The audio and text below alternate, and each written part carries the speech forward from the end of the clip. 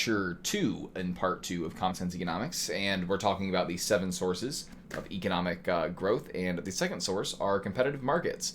So there's an activity I like to do in class based on property rights in order to help us get an idea of the first source a little bit more, but it doesn't really work that well in an asynchronous classroom, so we're just going to go ahead and skip it. So I suppose I'm saving you guys some time. So let's go ahead and get into the lecture here on competitive markets, right? So the idea here is that we have growth in a competitive market because competition leads to firms having to kind of one-up another, okay? And you got to think, how does a firm make money?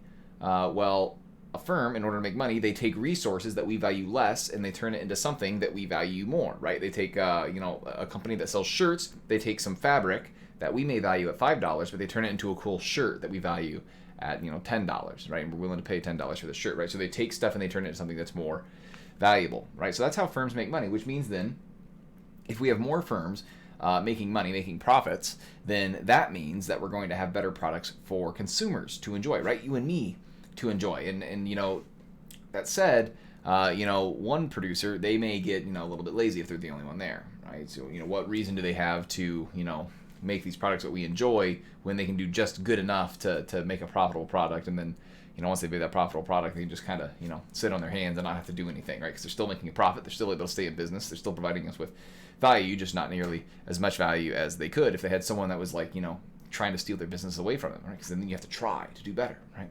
And then I don't know, I just like this stock photo because it's just really weird. You have this side of the photo kind of taking it seriously, and then you just have this man. I don't know what this man's on about. And then even the patient is like smiling like, what is going on here? Anyways, so let's talk about different kinds of competition. Remember, a market is any arrangement in which buyers and sellers exchange goods, right? So when it comes to different kinds of markets, they can be set up in a different way, right? So the first kind of market I want to talk about is what we call perfect competition.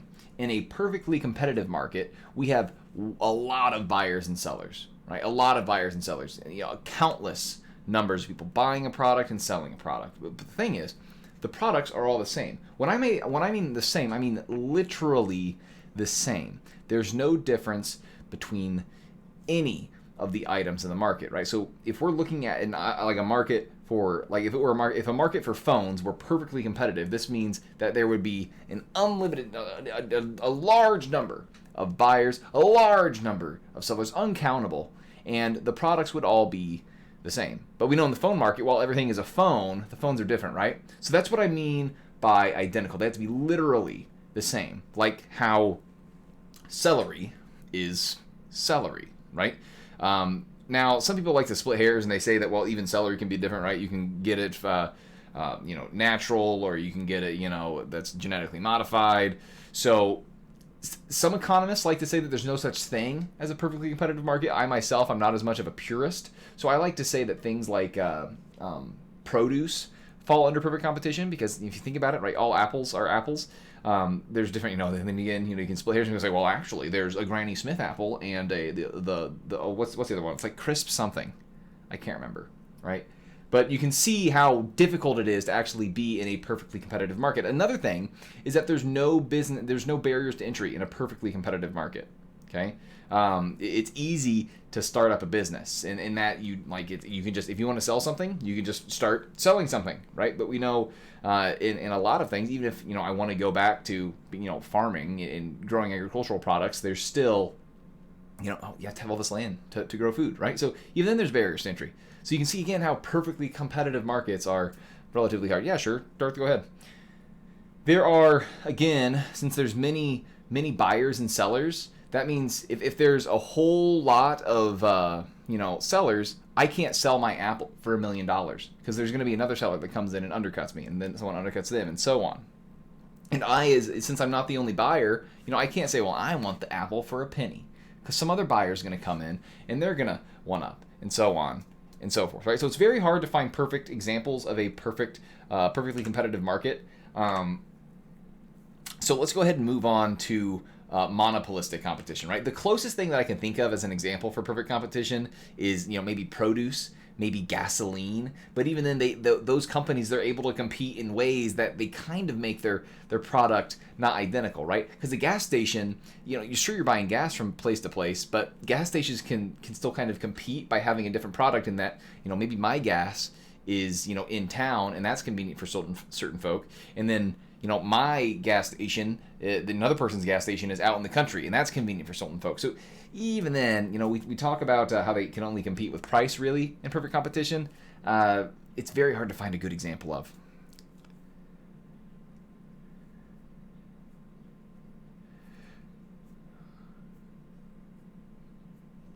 And market share does matter, but the idea is in a perfectly competitive market, anyone can just start up. Whereas when we talk about market share, that's kind of a barrier to entry where people are kind of buying your products. So even just having recognition, if you want to compete in a market, there'd be no such thing as recognition in perfect competition, because everyone would be able to just start up their own business, and people would know that they could buy from them, right? So let's start talking about monopolistic competition. You see, monopolistic competition, we still have a lot of firms, okay? Not as many as we had in perfect competition, but now there's a few artificial barriers to entry, right?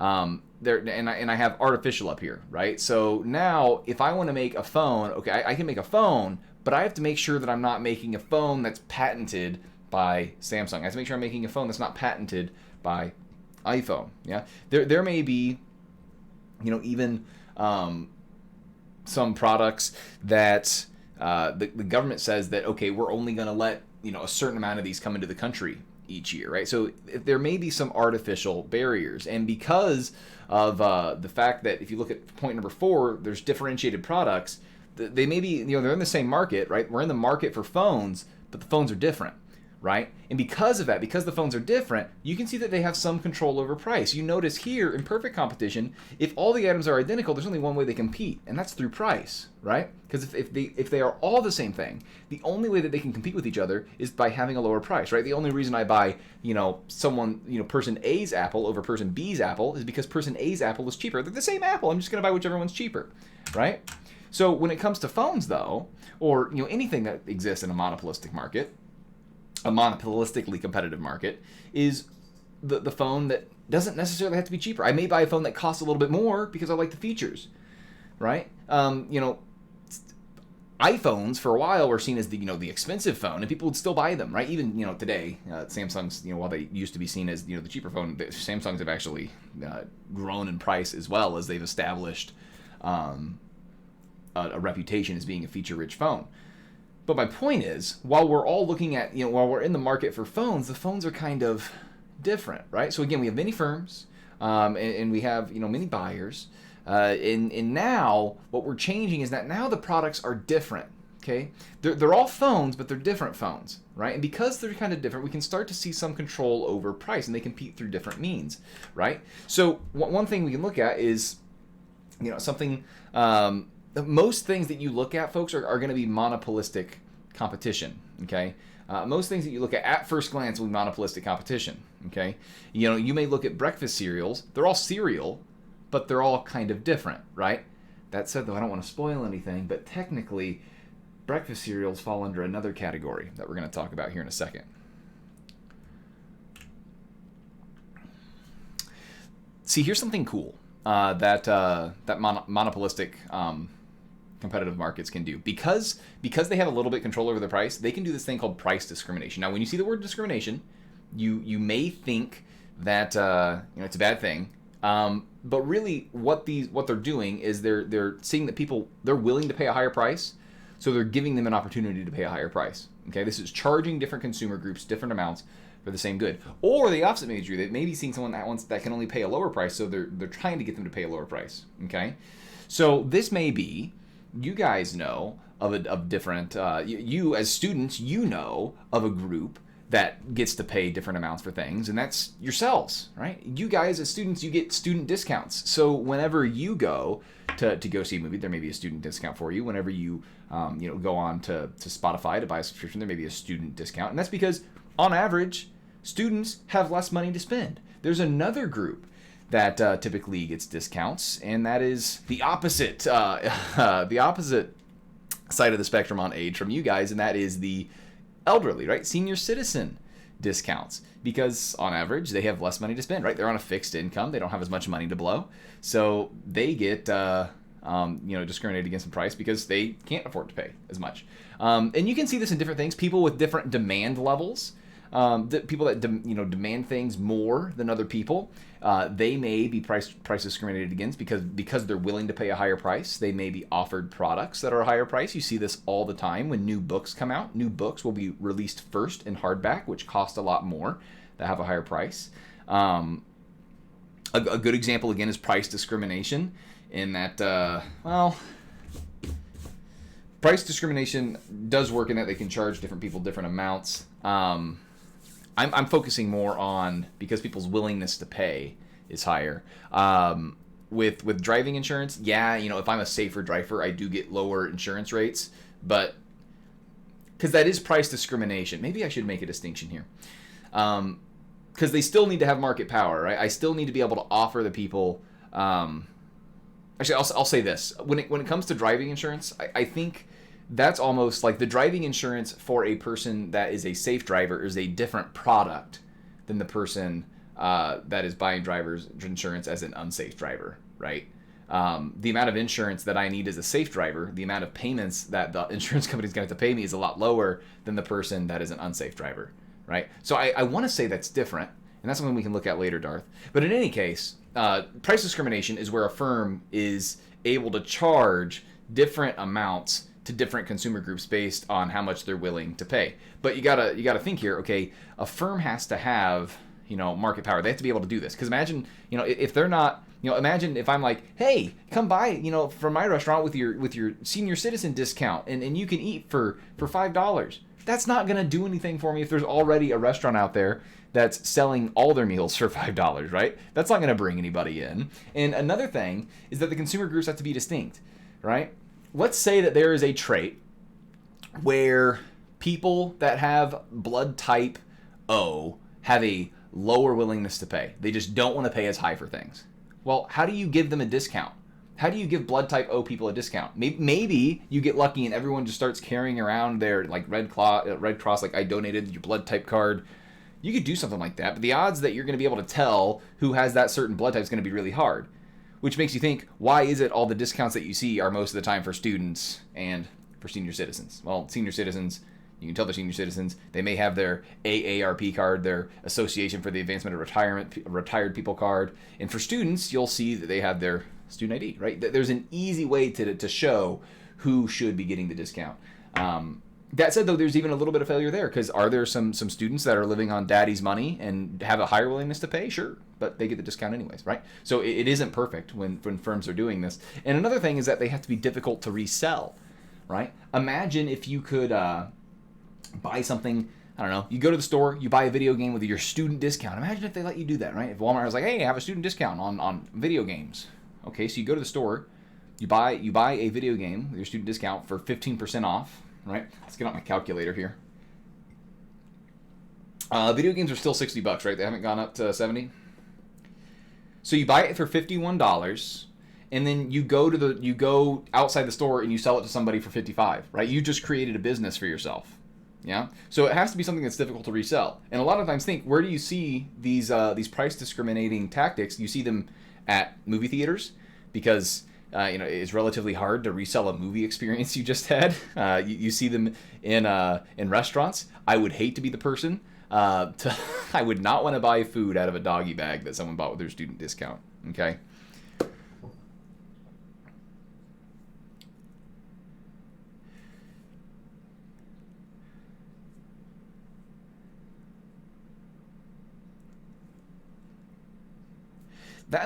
So things that wealthy people may spend their money on. I talked about books, that people that have a higher willingness to spend, their price discriminated against in that, they buy the first edition of the book that releases as a hardcover.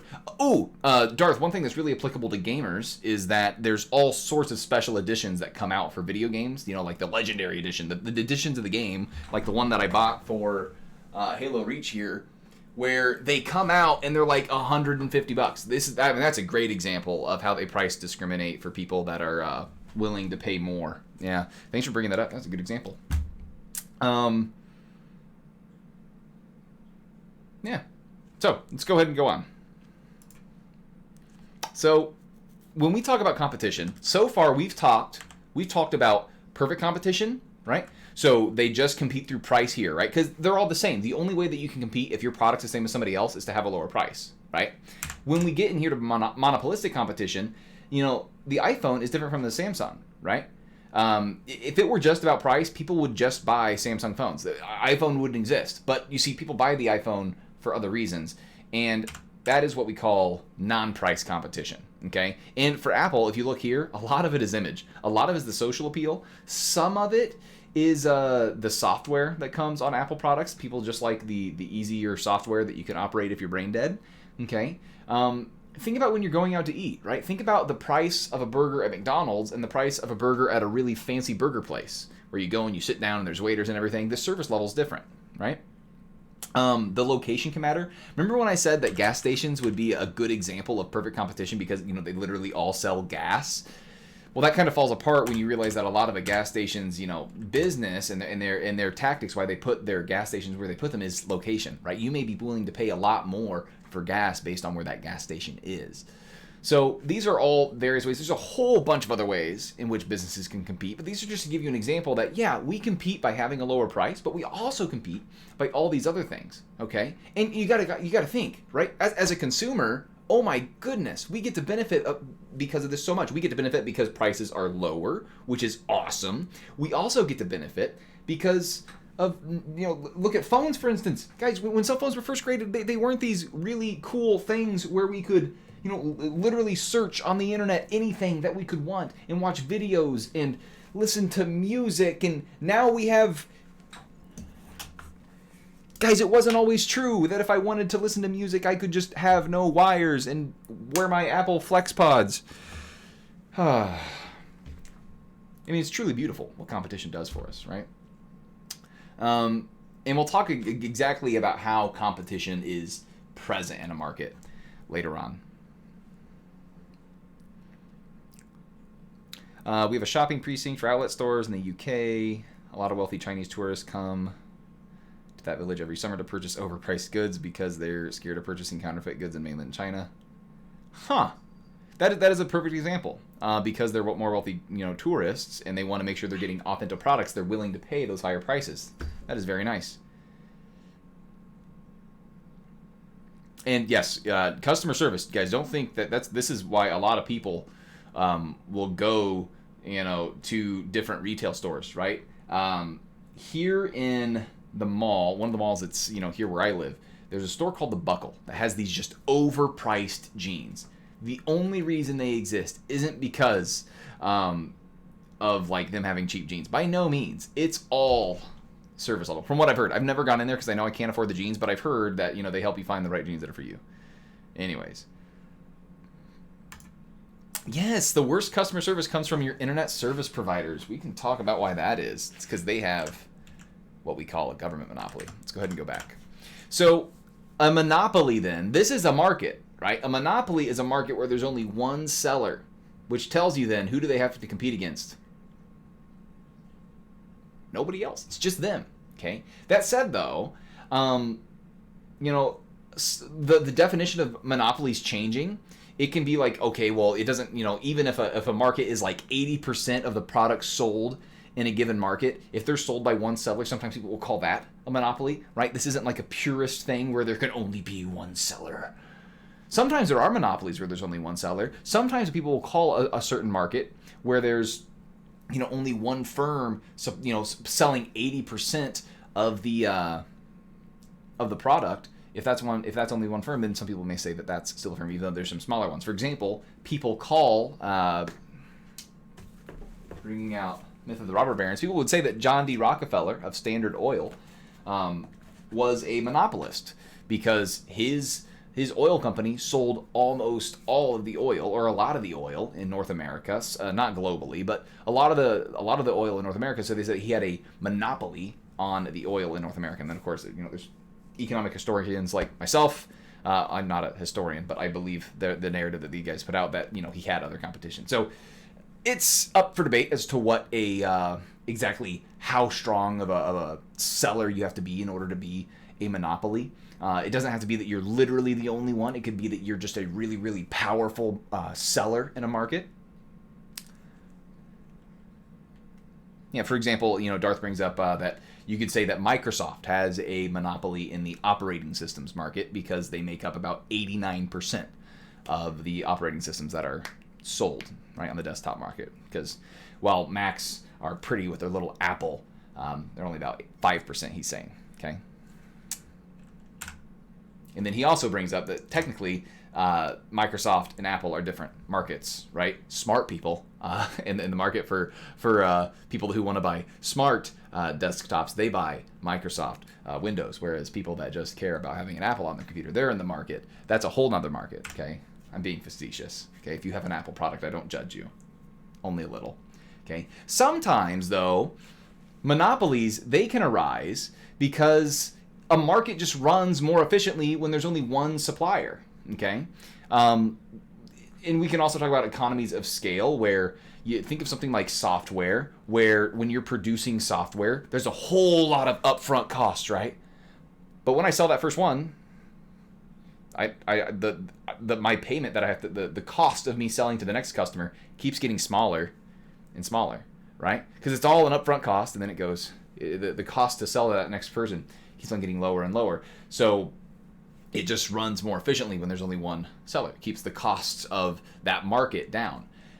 Think about something like electricity, right? Imagine how inefficient it would be if, for electricity, we had several series of electric poles running down every road, right? So instead of just having one electric company's poles going down your road, you had several of them, right? Imagine for gas lines, if we had several gas lines, you wouldn't be able to dig anywhere, right? Same thing for water, right? So we call these natural monopolies, and a lot of the times what you'll see with these, because, we run more efficiently with just one of these, even, I don't know, even people that are for small government, they'll argue that, these are what we should have the government essentially own or at least heavily regulate, right? This is where you get a government monopoly. This is where a government literally says, hey, the water in this area is supplied by this municipality, okay? That, like, this is city water in this area, we're going to supply it, right? So that can be a type of government monopoly. If that answers your question, Darth, like, these can turn into these if the government decides so.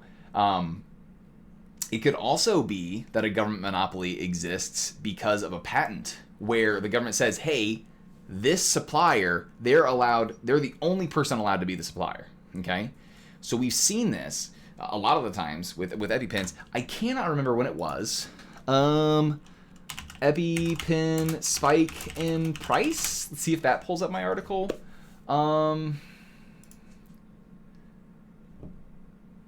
When was this? I'm looking for a date. If you guys see it before I do. 2016. That sounds about right. 2016 sounds about right. So in 2016, the creators of the EpiPen just spiked the price up to $700. Now, why would they do this? That's horrible. And I agree, it's horrible of them. But in a free market, if they didn't have this patent, people would have been able to come in and make EpiPens. Why did no one do that? No one was allowed to. It was against the law because EpiPen had this patent on this auto. They didn't have a patent on the drug. They had a patent on this little device that you see here, this EpiPen, the auto injector. Right? If you shove it in, a needle will pop out and it'll auto inject the epinephrine into you. So they had a monopoly on this. So no one else could come in and make it. So it was either you paid the $700, or I heard there were even people that were, because they couldn't afford to pay the $700. I know, shoot, I wouldn't be able to. People would actually buy like the syringes and epinephrine themselves. Crazy. Or not people, but like, what am I thinking of? It's in my brain. Oh, it's on the tip of my tongue. The wee-woos. What am I thinking? The ambulances. I don't know why that was so hard. But ambulances were buying syringes and the epinephrine drug itself, which was much less efficient.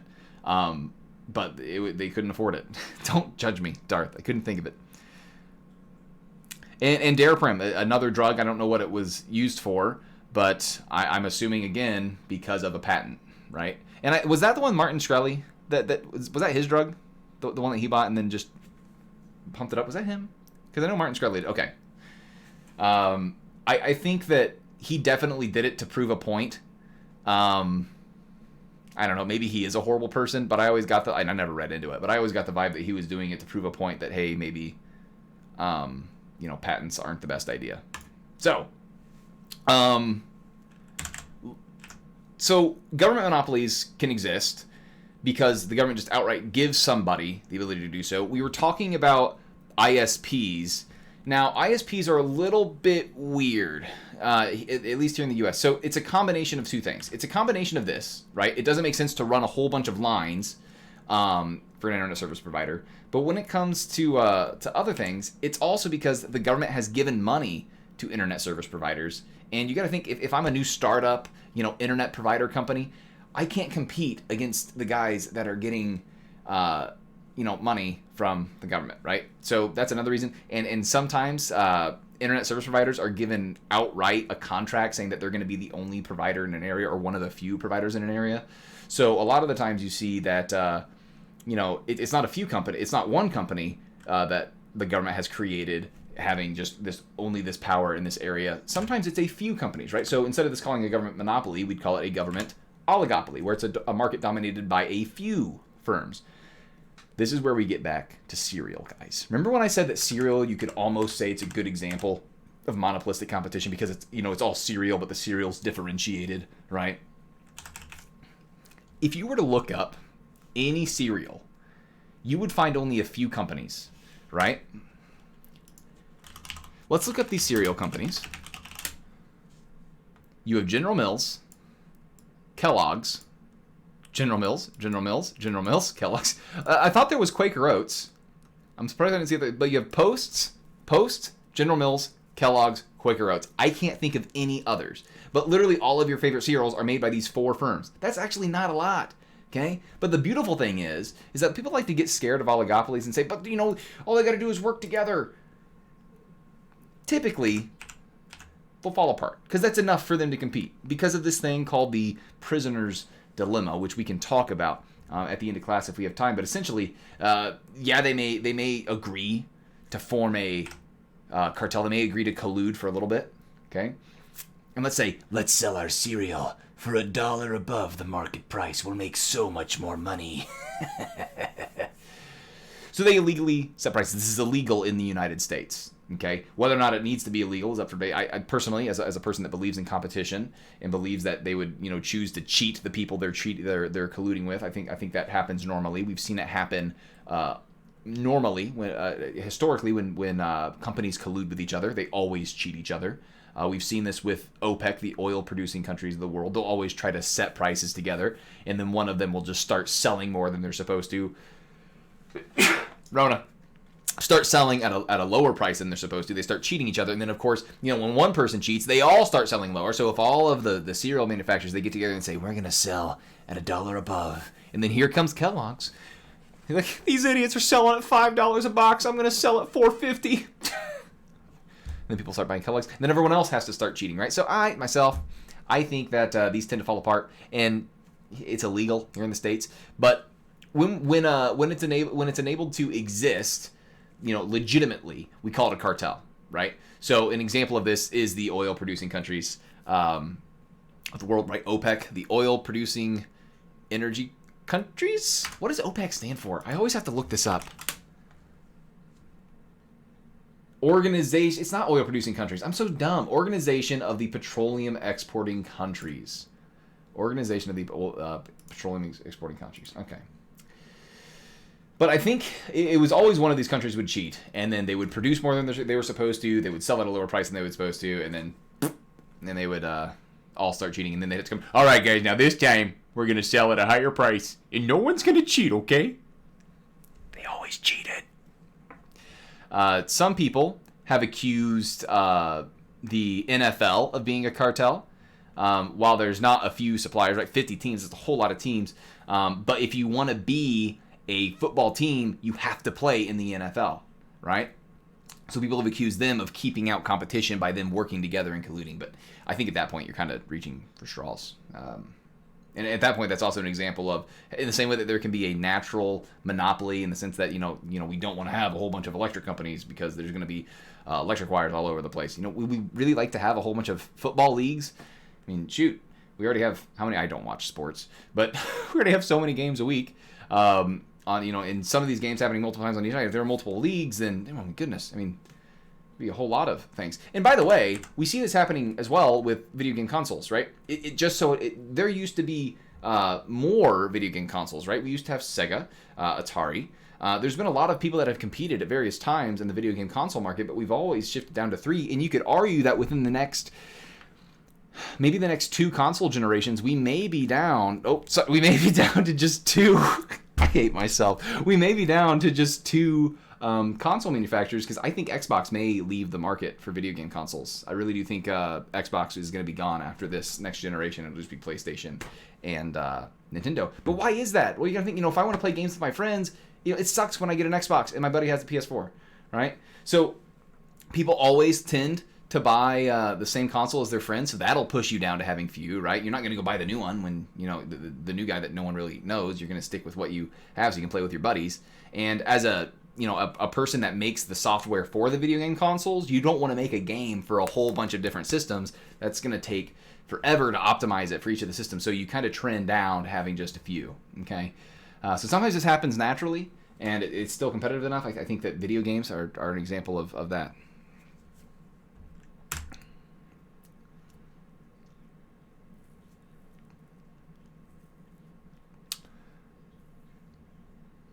Textbook publishers, yeah. There's Pearson and Mug, the one that starts with an N. I can't remember its name, but yeah, there are a few. Pearson, Springer, McGraw-Hill. I could have literally just looked down in chat.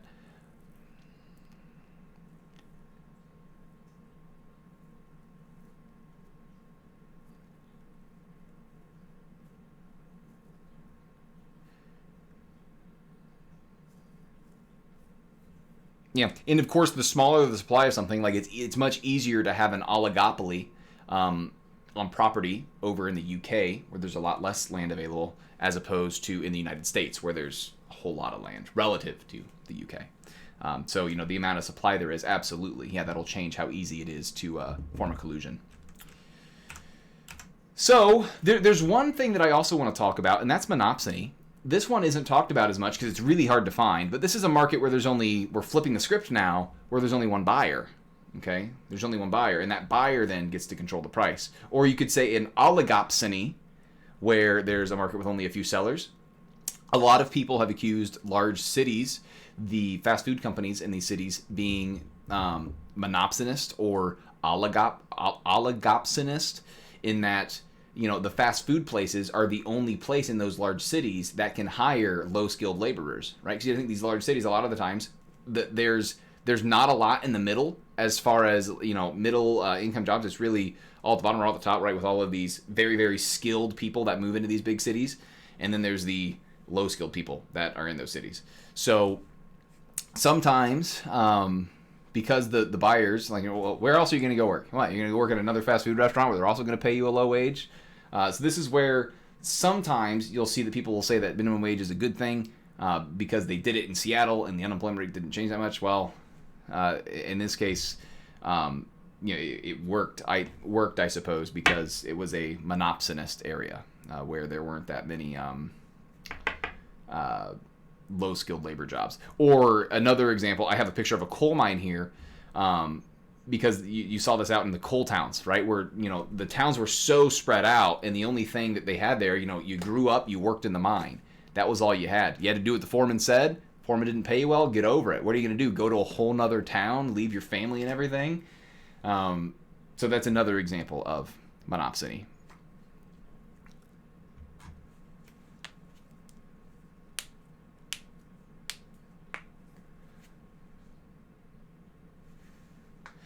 Ooh, a law encouraging monopsonies to form? I'm not sure. That's a good question. We can look at something like that after the lecture.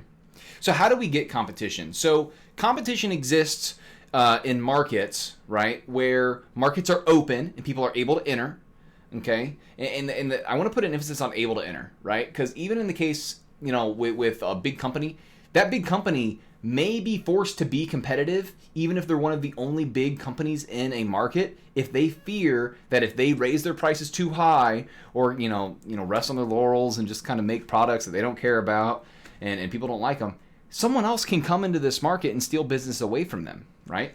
So long as people are able to enter the market, that's very important. Because the competition will still exist in the sense that big company is going to have to continue producing products that people like and at a price people like in order to remain having their powerful position that they do. Competition then incentivizes the firms to make products, better products that consumers want. It also continues to encourage them to produce efficiently, right? To keep lowering their costs and producing products that people love to pay high prices for, okay? Or not pay high prices for, but love to pay the price at which is offered, right? So keep their costs down, keep the prices down, and you got to imagine between firms, right? If I want to be able to beat the price of the other guy, I got to keep my own costs down so I can keep on lowering my own price, right? So competition then, it weeds out the firms that are making a product that they're making products really inefficiently. They're not producing products that people are willing to pay a higher price than the other guys for, meaning that they don't have any other features that people really care about. And it could also mean that they're producing this with a lot of waste. They're just not a very efficient producer, right? So it gets those firms out, right? So if they start selling at a loss, right? Let's say I start up a company and I'm buying, I don't know, let's say I'm selling toys and I buy all of the materials for one toy at $5 and I can sell it for $10, okay? Maybe someone's like, oh my gosh, this guy's doubling his money. He's taking $5, turning it to $10, and he's selling it. Dude, this guy's crazy. I want to get in on that. So other people come in. They start making these toys. They're buying it for $5. They start selling it for $9. And then eventually, we're all buying it for $5 and selling it for $6. And then one of them's like, okay, there's got to be a cheaper way to make this. So they find a way to use less resources to make this toy. They start buying it for $4 and selling it for, $4.99. I'm like, shoot. I only know how to buy these things at $5 and then sell them. I don't know how I can continue to exist. So it's either I continue to buy my resources for $5 and still sell it for a higher amount, but maybe I can put some sort of spin on it so people are willing to pay more. But if I can't find a way to either cut my cost or make a product that people are willing to pay a higher price for, I'm out. And to be honest, I should be, right? Because I'm not producing as efficiently as the other guys. Yeah. So this is not only, it's bad for me, but it's good for literally everybody else. It's good for all the other consumers, right? So a lot of the times what you'll see is sometimes maybe I can't afford to make a better product. Maybe I can't think of a way to be a good business and be able to stay in business. So instead of spending money to make a better product, maybe I could spend money to keep out the competition. But before we get there, let's talk about greed. Because a lot of the times people like to say that greed's bad. So I want to watch this video on Milton Friedman. He's probably one of the more clever economists, Nobel Prize winning, but I think his biggest thing is that he thought a lot quicker than a lot of other people, which I think made him look a lot smarter in front of other people, even though he may not be the smartest being ever that many people treat him to be. When you see around the globe the maldistribution of wealth, the desperate plight of millions of people in underdeveloped countries, when you see so few haves and so many have-nots, when you see the greed and the concentration of power within, did you ever have a moment of doubt about capitalism and whether greed's a good idea to run on? Well, first of all, tell me, is there some society you know that doesn't run on greed? You think Russia doesn't run on greed? You think China doesn't run on greed? What is greed? Of course, none of us are greedy. It's only the other fellow who's greedy. Greed exists anyway. anywhere. The world runs on individuals pursuing their separate interests. The great achievements of civilization have not come from government bureaus. Einstein didn't construct his theory under order from a bureaucrat. Henry Ford didn't revolutionize the automobile industry that way. In the only cases in which the masses have escaped from the kind of grinding poverty you're talking about, the only cases in recorded history are where they have had capitalism and largely free trade. If you want to know where the masses are worst off, it's exactly in the kinds of societies that depart from that. So that the record of history is absolutely crystal clear that there is no alternative way so far discovered of improving the lot of the ordinary people that can hold a candle to the productive activities that are unleashed by a free enterprise system. But it seems to reward not virtue as much as ability to manipulate the system. And what does reward virtue? You think a communist commissar rewards virtue? You think a Hitler rewards virtue? You think, excuse me, if you'll pardon me, do you think American presidents reward virtue?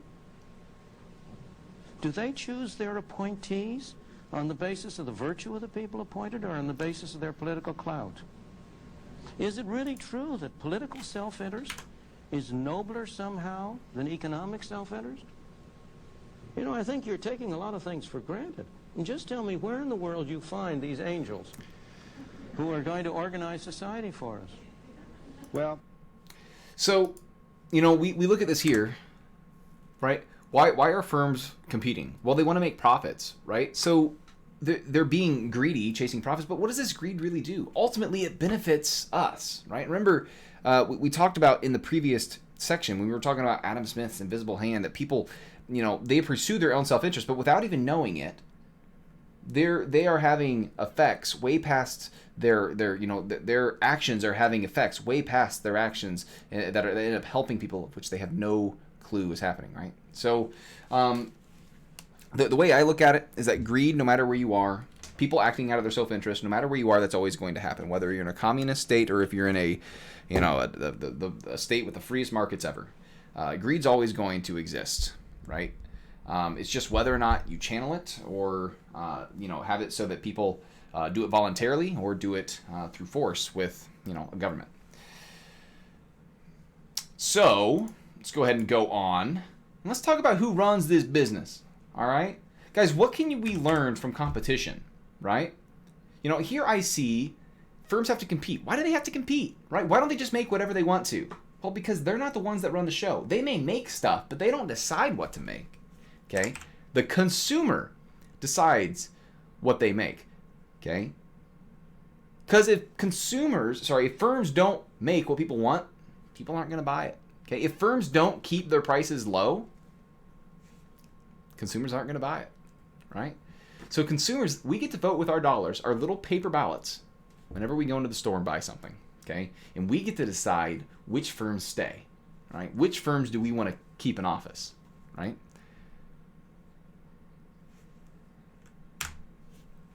I want to say, though, I don't need to think that I'm just like, oh, man, I just really love Microsoft. I just really love big corporations.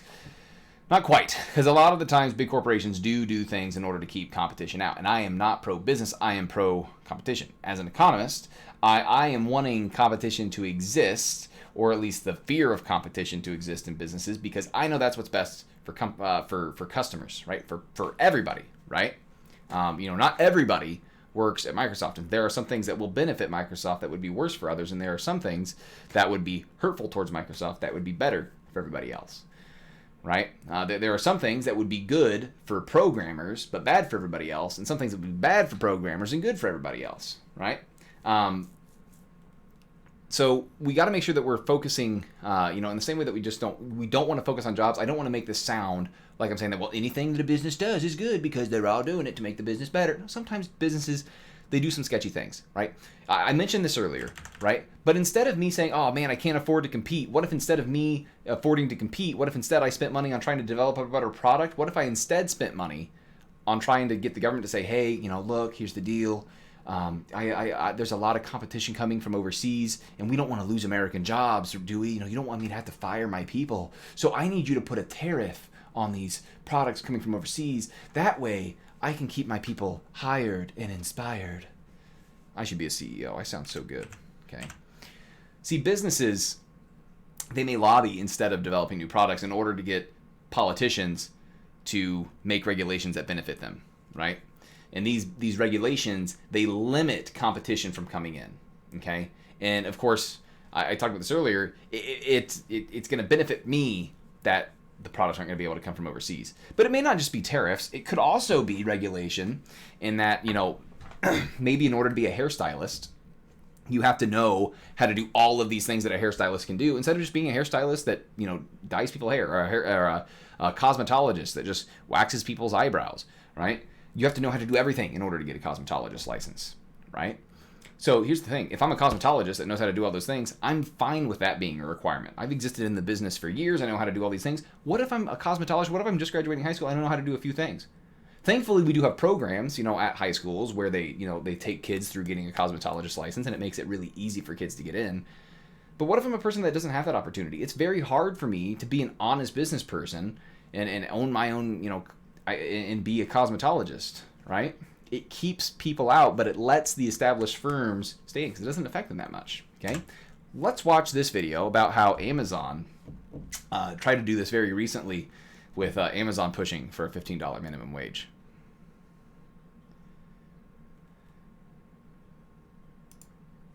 I'm upset. I saw that, Darth, but I honestly didn't look at it. I watched the video and then had to go. The one Microsoft video. So let's go ahead and watch this. Of course, it's John Stossel. This man, very recently, wearing a mask all day has like frustrated my beard, and that is just so annoying having to wear a mask on it. But I've noticed it hasn't been in the mustache area. So after seeing John Stossel, after seeing the pictures of Friedrich von Hayek, where all he has is the mustache, I'm thinking maybe the mustache is the way to go. So maybe you'll see me one day, and I'm missing my beard. My wife will probably kill me, but oh well. Regressives, let's call them regressives, smear entrepreneurs. And the regressives are winning the battle for hearts and minds. Thousands of Amazon employees are forced to rely... Also, sorry for the slander against progressives. Stossel is, he's libertarian, which, as libertarians are against, progressives, they're also as much against conservatives, so... on food stamps, Medicaid, and public housing. Bernie complains, and the media jump to agree. Richest guy in the world, and he's got employees on food stamps. The left-wing media, of course, and the right, too. A huge number of Amazon workers are so poorly paid, they qualify for federal welfare benefits. At first, Bezos fought back. Amazon calling the claims, quote, inaccurate, misleading. At that point, I was cheering Bezos for standing up for capitalism. Amazon Prime helps members. I already liked him because of the service he created. I buy all kinds of stuff right from my couch. The goods arrive quickly and they're comparatively cheap. In fact, Amazon's reduced prices so much that it may have lowered the inflation rate. Hooray for Amazon. Stand up is how we start every single shift. It's not company's fault that some workers qualify for handouts. More people would collect them if Amazon were not hiring. By creating jobs, Bezos gives workers better choices. But the media don't report that. They make working for Amazon look like oppression. It's described as a cutthroat corporate jungle where workers are pitted against one another. 80-hour work weeks are the norm. So Amazon caved. Amazon is raising the minimum wage for... So people are complaining that Amazon doesn't pay enough, right? So eventually Amazon sees people complaining, right, about this company that's not paying their workers enough, and they say, okay, we'll pay our workers $15 an hour. all of its workers. The anchors smile, but the raise comes with a cost. Yes, the higher minimum is good for these workers who have jobs now. But beginners, people like Kelsey Holder, will be shut out. For being only 13, I think I was making a good amount of money. So, minimum wage was fine. Kelsey started working at this restaurant when she was just a teenager. By the time we met her, she was making $20 an hour. If you work hard, you can make more. It's just, you have to prove yourself. Now she's the restaurant's manager. She would have never had this opportunity had the higher minimum wage existed when she was hired, because teenagers aren't worth the risk. We quit hiring. Sorry guys, you're not. Merv Crest, who runs this restaurant, says when his state raised its minimum wage, he stopped training newcomers. Minimum wage jobs are an entry-level job to get someone some experience to do something. You raise that high enough, you cut those people out of the market completely. Then people stay unemployed, play video games, hang out on the street. Also, I don't like that they just assume that because you're not working, you're going to start selling drugs or / taking drugs. Another thing that I'm not a fan of. Again, there is some bias in this video. I apologize, but it's still a good story. They never learn to smile at a customer, get to work on time, never learn the job skills that lead to better jobs later. But it is true that you're cutting people out of the market. Low-skilled labor is called low-skilled labor for a reason. It exists for people that don't have the skills yet. So you don't give them a chance to then gain skills, right? progressives claim. It shouldn't knock on people for being enterprising. Oh, look at him. He's starting his own business. Oh, yeah? Grandma, what's he doing? Oh, he's selling drugs. Goodness. Minimum Gosh. lifts everyone. Start out with a minimum wage that provides basic, decent standard How of much living. is that? $15 an hour, $20 an hour. And if you think that's too high, try living on it, by the way. I think that would take away jobs from entry-level people. They wouldn't even get a first job. But now, John, that is exactly the argument that people back in the day made against the minimum wage. At least Amazon is just one company. Entry-level workers can find jobs elsewhere. But then I learned Jeff Bezos' company also plans to lobby Washington to hike the federal minimum wage. now Amazon will try to get government to force its competition to pay what Amazon pays. That's why I'm... So Amazon can afford to pay $15 an hour, right? This entrepreneur I admired turns out to be just another craven opportunist. After all, Amazon's already replacing workers with robots. Bezos knows a higher minimum wage will hurt his competitors more than it hurts him. Can Amazon, can Clever. Target afford to pay a Use 15 minimum? government to handcuff I would your assume so. rivals Can and then a pat smaller yourself retail on the store? back and pander to people who promise free stuff. There is absolutely now no reason why other profitable corporations, Other profitable like corporations. Walmart, why they also should not be paying their Who played him employees on at least Saturday Night Live? $15 an hour. Oh, goodness. After all, those companies make billions, say progressives, partly thanks to Indefensible exploitation of hardworking, decent Americans. how are they exploited? They're not forced to work there. They have other choices. They picked that job. Oh, It was John, the best they could get. Maybe it was because all the others were even worse, maybe, but isn't there some point at which the results of this free market just shock the conscience of decent people? Yes, there are gross parts to capitalism. Greed, gaudy excess, Pretty and great inequality.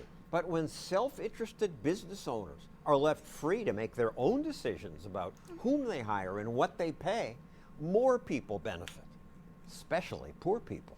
I wish I could give more kids jobs. If there were a lower minimum wage, I could hire maybe 2 or 3 more. I shouldn't be surprised that Bezos uses government to get special favors. He's done that before. A bill authorizing billions of dollars in tax incentives.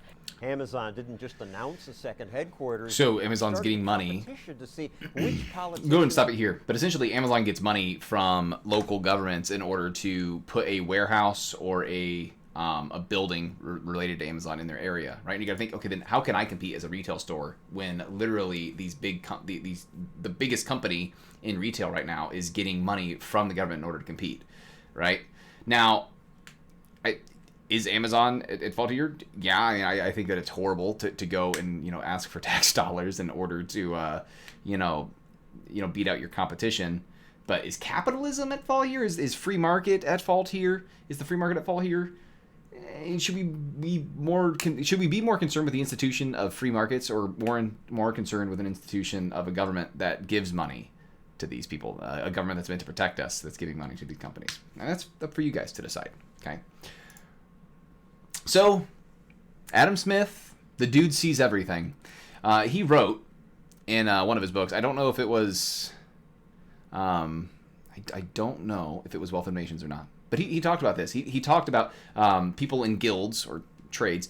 He said that people of the same trade seldom meet together, even for merriment and diversion.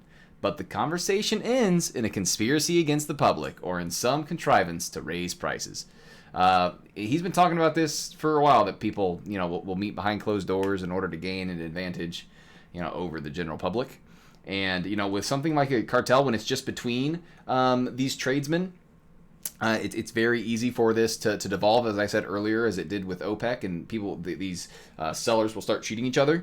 But when it's with the government, when the government gets some money, it's already done and sealed. Okay, they're already able to beat their competition a lot more. Or if there's regulation, the regulations a lot of times are written by people that used to be. Or people that are in the market, right, or used to be in that market. A lot of the times you'll see people that write regulation end up getting jobs at a company that they wrote regulation of an industry for, which is a little bit sus. Very curious. Anyways, guys, that's all we have. Essentially, know that competition's good because when they can't compete, that means they're out of there, and that's good for us because that means we have one less company using up our resources making stuff that we don't like.